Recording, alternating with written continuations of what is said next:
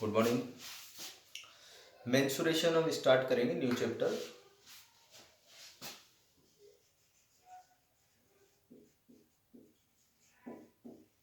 Chapter है आपका 11। इसमें हम सॉलिड फिगर और प्लेन फिगर दोनों का एरिया और फाइंड करेंगे, और सॉलिड फिगर में कैपेसिटी भी फाइंड करेंगे, मतलब उसका वॉल्यूम, उसकी कितनी कैपेसिटी वो फाइंड करेंगे। तो सबसे पहले हम ये देखते हैं प्लेन फिगर कौन कौन सी होती है। ये प्लेन फिगर होती है हमारी square, triangle, triangle, rectangle,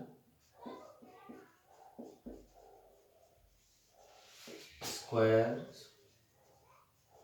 parallelogram,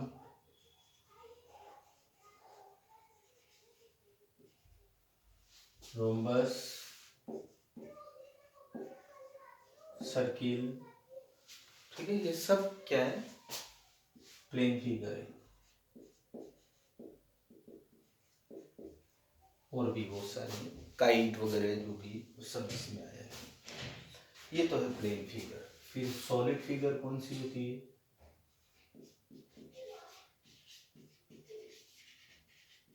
solid, ये आपका ये जो पेपर है, ये बुक का जो पेपर है, ये बुक का जो पेपर है, ये प्लेन सरफेस है। ये बोर्ड का जो सरफेस है वो प्लेन सरफेस है। ये प्लेन सरफेस है। पर जैसे ही हम इन प्लेन सरफेस से कोई थिंग्स बना लेते हैं, कोई सी भी चीज़, जैसे ये बॉक्स बना लिया हमने, तो इस बॉक्स में वो प्लेन फेसेस यूज में आते हैं। तो ये फेस, ये वाला, ये प्लेन फेस है, ये भी प्लेन फेस है, ये भी प्लेन फेस है, और ये भी टॉप भी और भी बॉटम भी प्लेन फेस है। तो इस प्लेन फेस से मिलकर जो बनता है वो बनता है आपका सॉलिड फेस। अब आप कहोगे ये वाला, जैसे ये सरफेस है, तो इसमें टू सर्कुलर फेस लगे हुए हैं। एक प्लेन फेस यहाँ लगा हुआ है और एक प्लेन फेस यहाँ लगा हुआ है। टू फेस तो यहाँ पे है, ये टू फेस हो गए आपके, ये है ना।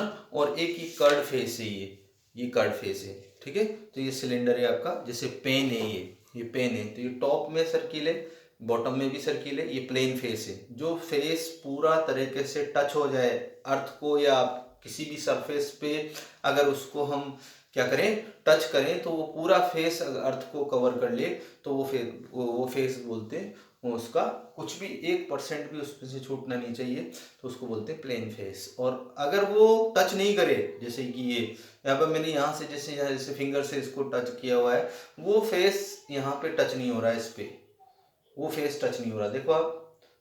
ठीक है, तो वो फेस खाली है। तो जो अगर पूरा फेस टच नहीं होता है तो वो बोलते हैं कर्ड फेस या लेटरल फेस। ठीक है, लेटरल फेस अलग चीज है। लेटरल साइड वाले फेस को लेटरल फेस बोल देते हैं। वो प्लेन भी हो सकता है, कर्ड भी हो सकता है, पर जो कर्ड फेस है वो आपका राउंड शेप में होगा, गोल होगा। ठीक है, तो सॉलिड फिगर इनसे मिलकर बनती है प्लेन फेसेस से। सर्कुलर भी हो सकता है, कुछ भी हो सकता है उसमें। ये प्लेन फेसेस मिलाकर हम पिरामिड, प्रिज्म वगैरह सब बना सकते हैं, इनसे ही बनते हैं। ठीक है, तो अब इनके सॉलिड फिगर में क्यूबॉइड है, क्यूब है, क्यूबॉइड, सिलेंडर, कोन, स्पेयर। अब आप कहोगे सर्किल और स्पेयर में क्या डिफरेंस है? तो सर्किल में प्लेन फेस होता है, बिल्कुल ये प्लेन फेस होगा, ये सर्किल है। ठीक है, पर सॉलिड फिगर होगा। हम इसमें 4 डायमेंशंस फिगर को बनाने के लिए फिर हम इसको यहाँ से इसे ये दिखाएंगे इसको। ठीक है, तो फिर ये आपका क्या है, ये पूरा राउंड है, चारों तरफ से गोल है, और ये केवल प्लेन फिगर है। केवल जो इसकी जो बाउंड्री है वो राउंड है, पर ये एक्चुअली में प्लेन फिगर है। तो ये सर्किल और स्पेयर में थोड़ा सा डिफरेंस है, थोड़ा सा नहीं, बहुत डिफरेंस है। ये 1 डायमेंशन फिगर है, और ये कितनी डायमेंशन है? 4 डायमेंशन फिगर। ये 2D है, 2 डायमेंशन फिगर है। ये 2D फिगर है, और ये 3D फिगर्स है। ठीक है। अब आपको हो गया, अभी तो 4 डायमेंशन बता रहे थे, 3D। हाँ, 3D फिगर्स को हम जो इस पे 4 डायमेंशन फिगर को जो हम बोर्ड पे बनाते हैं या किसी सरफेस पे बनाते हैं, तो वो जो बैक साइड वाला फेस है उसको हम नहीं बना पाते, हम बाकी के फेस को हम इस पे बना देते हैं, तो हम उसको बोलते हैं 3D फिगर। ठीक है। पर जो लास्ट जो फाइनल जो बैक साइड वाला जो पोर्शन है उसको हम फिर भी नहीं बना पाते, 3 फेस हम इस पे बोर्ड पे बना देते हैं। ठीक है। तो फिर उस फेस को हम नहीं बना पाते तो हम उसको 3D ही नाम देते हैं। 4 फेस होते हैं वैसे, जो मतलब 4 साइड्स होती है, तो वो 4 साइड्स हम यूज में लेकर किसी भी चीज को, जैसे ये वाला जो डायग्राम मैंने समझाया था आपको, तो बैक साइड आपको दिख नहीं रहा है, या मैं देख रहा हूँ तो मुझे बैक साइड मेरा वाला जो आपको दिख रहा है वो मुझे नहीं दिख रहा, तो इसलिए वो फेस हम इसमें बोर्ड पे नहीं बना सकते। बोर्ड पे तो हम जब फिगर बनाते हैं तो उसमें बहुत बड़ी प्रॉब्लम आती है, 3D फिगर्स ही बन पाती है, बैक साइड नहीं बन पाता है। तो 2D फिगर्स और 3 फिगर्स में हम सबसे पहले एरिया निकालेंगे। एरिया प्लेन फिगर में तो एरिया निकलता है, पर सॉलिड फिगर में surface area, curve surface area और टोटल सरफेस एरिया, 2 तरह के। ठीक है। इसकी तो एरिया हम फाइंड करेंगे, इसमें एक पैरामीटर, एरिया मतलब surface cover by an object, surface cover by N object is called, एक ऑब्जेक्ट जितना सरफेस को कवर करता है, मान लो ये आपका है, ये बुक पे जितना या ये बोर्ड पे जितना इसने ये यहाँ पे मैंने इसको रख दिया बोर्ड पे, तो ये जितना भी इसने कवर किया ये इसका एरिया कहलाएगा, ये इसका एरिया है। तो surface cover by an object, surface cover by N object is called area. ठीक है। और पैरामीटर लिख लेना, इसका यूनिट जो है surface cover by N object is called, इसका यूनिट होता है, यूनिट जो होगा वो आपका यूनिट स्क्वायर होगा। क्या होगा? Metre square, centimetre square, unit square होता है एक्चुअली में, जो भी है वो यूनिट स्क्वायर में आएगा। ठीक है। और यूनिट स्क्वायर, और यूनिट स्क्वायर में आप लोग ले सकते हो, जैसे एग्जांपल ये यूनिट स्क्वायर है, सेंटीमीटर स्क्वायर, मीटर स्क्वायर और सेंटीमीटर स्क्वायर जो भी है। ठीक है। मीटर स्क्वायर और जो भी यूनिट दिया हुआ है उस यूनिट पे हम देंगे। ठीक है। अब इसके बाद हम आते हैं पैरामीटर। क्या होता है पैरामीटर? कोई भी बाउंड्री है, जैसे बाउंड्री है, यहाँ से कोई भी स्टूडेंट इस राउंड को, इसका पूरा एक राउंड करता है कंप्लीट, यहाँ से यहाँ जाएगा, फिर यहाँ से यहाँ आएगा, फिर यहाँ से यहाँ आएगा, एक पूरा राउंड हो जाएगा, तब हम उसको बोलेंगे पैरामीटर। ठीक है। The distance cover in 1 round of a surface is called parameter. तो डिस्टेंस लिख लीजिए, definition, distance cover in 1 round of its boundaries, boundary का एक चक्कर इज कॉल्ड पैरामीटर। इसका यूनिट वही होता है, यूनिट होता है इसका, यूनिट ही होगा सेंटीमीटर और मीटर स्क्वायर, सेंटीमीटर और मीटर जो भी आपने यूज में लिया है वही आएगा। ये अभी हम केवल इसके बारे में कर लें, प्लेन फिगर के बारे में। तो अब हम प्लेन फिगर के फार्मूले लिखते हैं, जितना जल्दी हो सके आप लोग लिखो। सबसे पहले आज फार्मूले लिखेंगे, कल से स्टार्ट करेंगे, या एक क्वेश्चन हो जाएगा तो 1-2 क्वेश्चन करेंगे। तो सबसे पहले ट्राइंगल ले रहे हैं प्लेन फिगर में, ये प्लेन फिगर का ही स्टार्ट है ट्राइंगल। ट्राइंगल में आप लोगों को एक तो होता है ये वाला ट्राइंगल, इसमें तो बेस और एल्टीट्यूड, हाइट। अगर ये ट्राइंगल इस तरीके से है तो भी वही बेस और हाइट, हाइट यहाँ पे परपेंडिकुलर पे नापते हैं, किसी भी चीज की हाइट जो है वो परपेंडिकुलर पे नापते हैं। ठीक है। तो ये हाइट है आपकी, इसका पैरामीटर ऑफ ट्रायंगल ट्राइंगल का पैरामीटर है वो है आपका sum of its sides, sum of its sides, इसकी साइड्स को क्या कर लो आप प्लस कर लो तो इसका पैरामीटर हो जाता है एरिया ऑफ ट्राइंगल। ट्राइंगल का एरिया वो है half into base into height, base into height भी बोल देते हैं, एल्टीट्यूड भी बोल देते हैं, जो भी बोलो। एल्टीट्यूड का मतलब ही हाइट होता है, परपेंडिकुलर हाइट, तो एल्टीट्यूड भी लिख सकते हैं,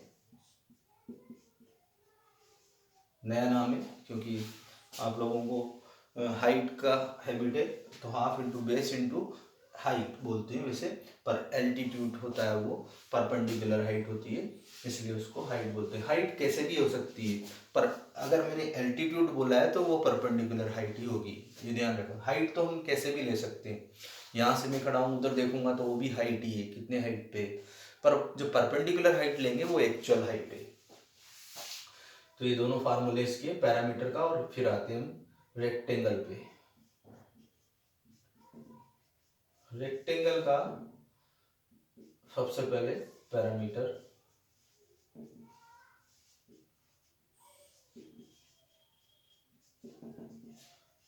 डायग्राम देखा आपने रेक्टेंगल का, ये आपका रेक्टेंगल है, इसमें ये 90 डिग्री एंगल है और ये लेंथ है और ये विड्थ है, ठीक है। तो पैरामीटर है 2 टाइम लेंथ आएगी, ये भी लेंथ है और ये भी विड्थ है, तो 2 लेंथ प्लस 2 विड्थ, 2 कॉमन निकाल लिया तो 2 लेंथ प्लस विड्थ,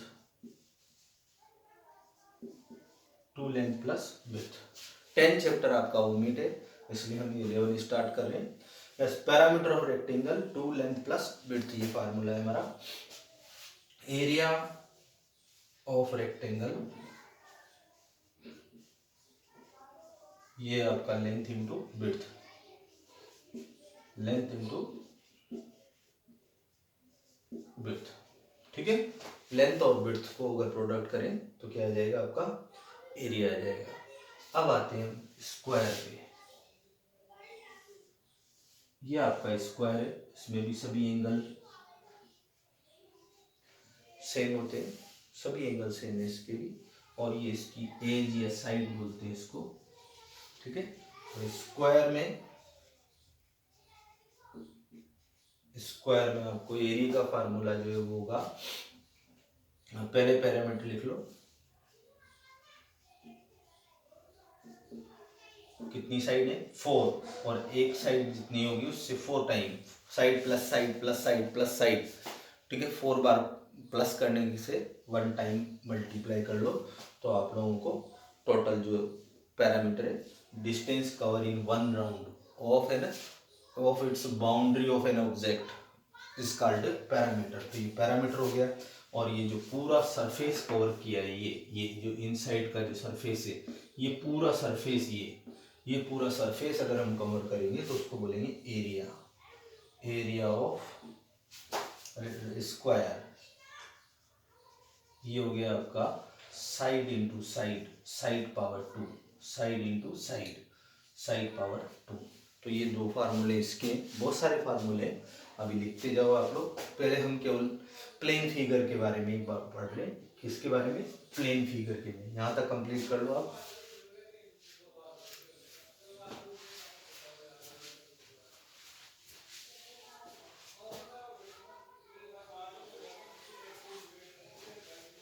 फिर उसके बाद हम अभी केवल प्लेन फिगर के ही फार्मूले लिख रहे हैं, फिर उसके बाद सॉलिड फिगर्स के लिखेंगे। उसमें हमारे कोर्स में केवल 2 ही सॉलिड फिगर्स हैं,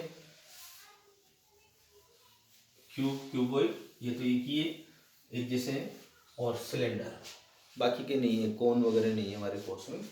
स्क्वायर के बाद आते हैं पैरेललोग्राम।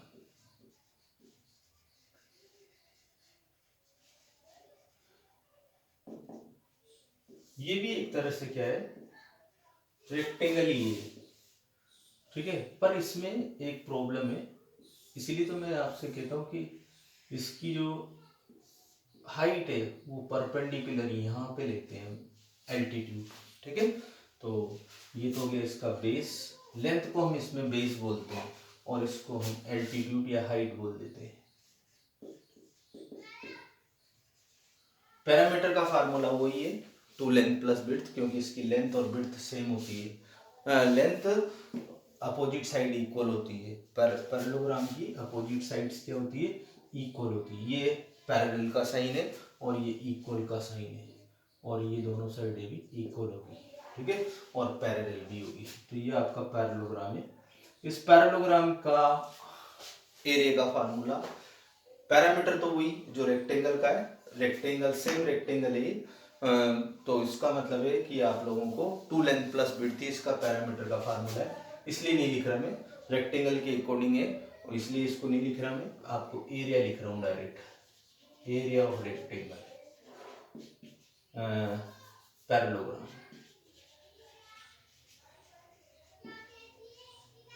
वही लेंथ इनटू विड्थ, लेंथ यहाँ पे बेस बोलते हैं इसको, और विड्थ को बोलते हैं, हाइट को बोलते हैं एल्टीट्यूड।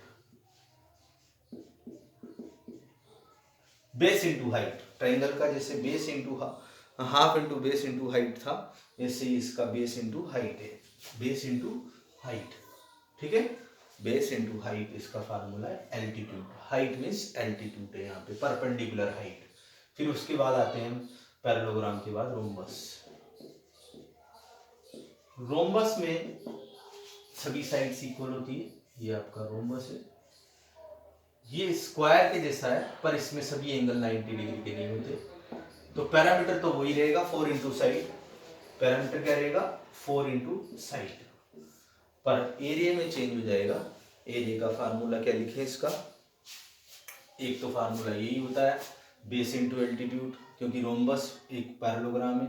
ये सब फार्मूले, अगर उसने बेस और एल्टीट्यूड दिया है तो यही फार्मूला रेक्टेंगल में लगेगा, यही स्क्वायर में लगेगा। बेस दे दिया और एल्टीट्यूड दे दिया तो यही रेक्टेंगल में लगेगा, यही स्क्वायर में लगेगा, यही रोम्बस में लगेगा और यही पैरेललोग्राम में लगेगा। सब में एक जैसा फार्मूला लगता है, ठीक है। तो पर अगर उसने बेस के साथ एल्टीट्यूड दिया है और पैरेललोग्राम बोल रहा है तो हम यही लगाएंगे, पर अगर उसने लेंथ और विड्थ दी है तो फिर हम ये लगाएंगे, ठीक है, एरिया का फार्मूला। अगर उसने साइड दी है तो फिर ये लगाएंगे। तो अलग अलग जो गिवन है उसके अकॉर्डिंग हम फार्मूला यूज में लेते हैं, पर अगर उसने हमको बेस और एल्टीट्यूड दिया है तो कोई सा भी हो, सबका फार्मूला एक ही है। रोम्बस में एरिया का फार्मूला, पैरामीटर वही होता है 4 into side, area of rhombus. Rhombus में एरिया का जो फार्मूला है वो है आपका, इसकी जो जो साइड है वही बेस इनटू हाइट लेंगे, ठीक है। और अगर डायगोनल दिए है उसने हमको, ये अगर डायगोनल दे दिए उसने हमको तो फिर फार्मूला चेंज हो जाएगा जो गिवन है उसके अकॉर्डिंग। अगर यही फार्मूला बेस और एल्टीट्यूड दिया है तो बहुत से क्वेश्चन में यही यूज में आएगा, बेस और एल्टीट्यूड दिया है तो रोम्बस का फार्मूला यही होगा, बेस इंटू एल्टीट्यूड हाइट। पर अगर उसने डायगोनल दिए तो half into d1 power 2 plus d2, half into d1 into d2, d1 power नहीं है, half into d1 into d2, ठीक है, half into d1 into d2, ये आपका रोम्बस का फार्मूला है। अब आते हैं एक फार्मूला वो जनरल यूज में आता है, जब हमको टोटल कॉस्ट दे देता है और कॉस्ट ऑफ वन देगा तो एरिया का फार्मूला ये भी होता है किसी का भी, एरिया ऑफ फिगर,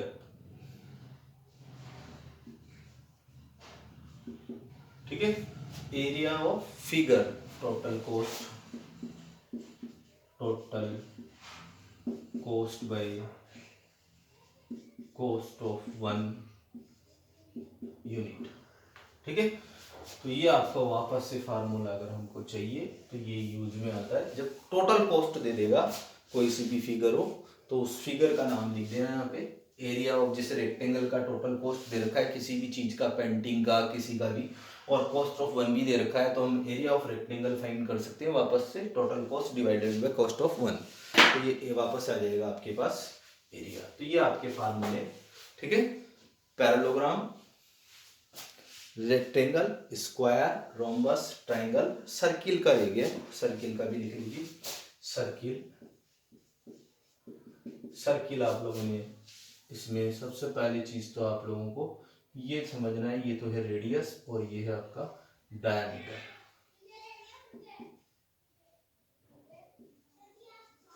डायमीटर और रेडियस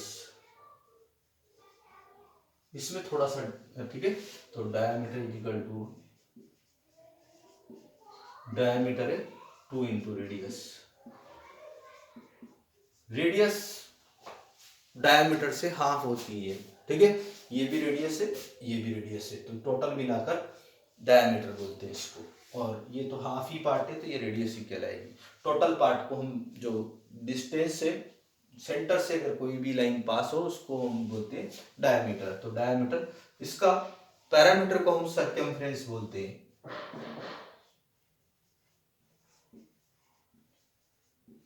सर्कमफ्रेंस ऑफ सर्किल ये होता है आपका 2πr और पाई की वैल्यू हमेशा 22/7।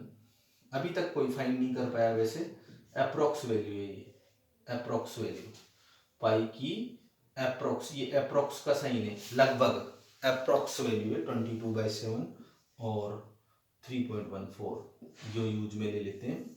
अप्रोक्स वैल्यू है, इक्वल नहीं है, हमेशा इक्वल नहीं है।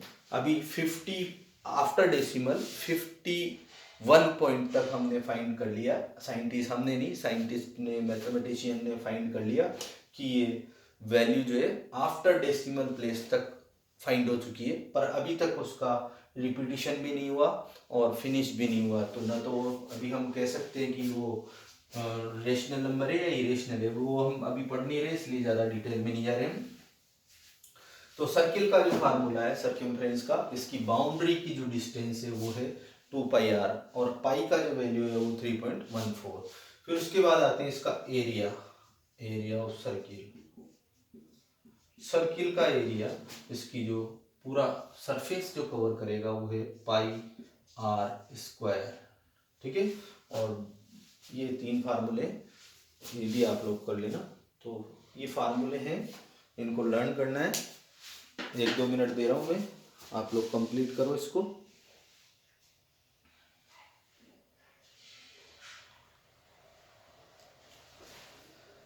तो आज इतना ही लर्न करना, कल करेंगे इसको स्टार्ट। Thank you.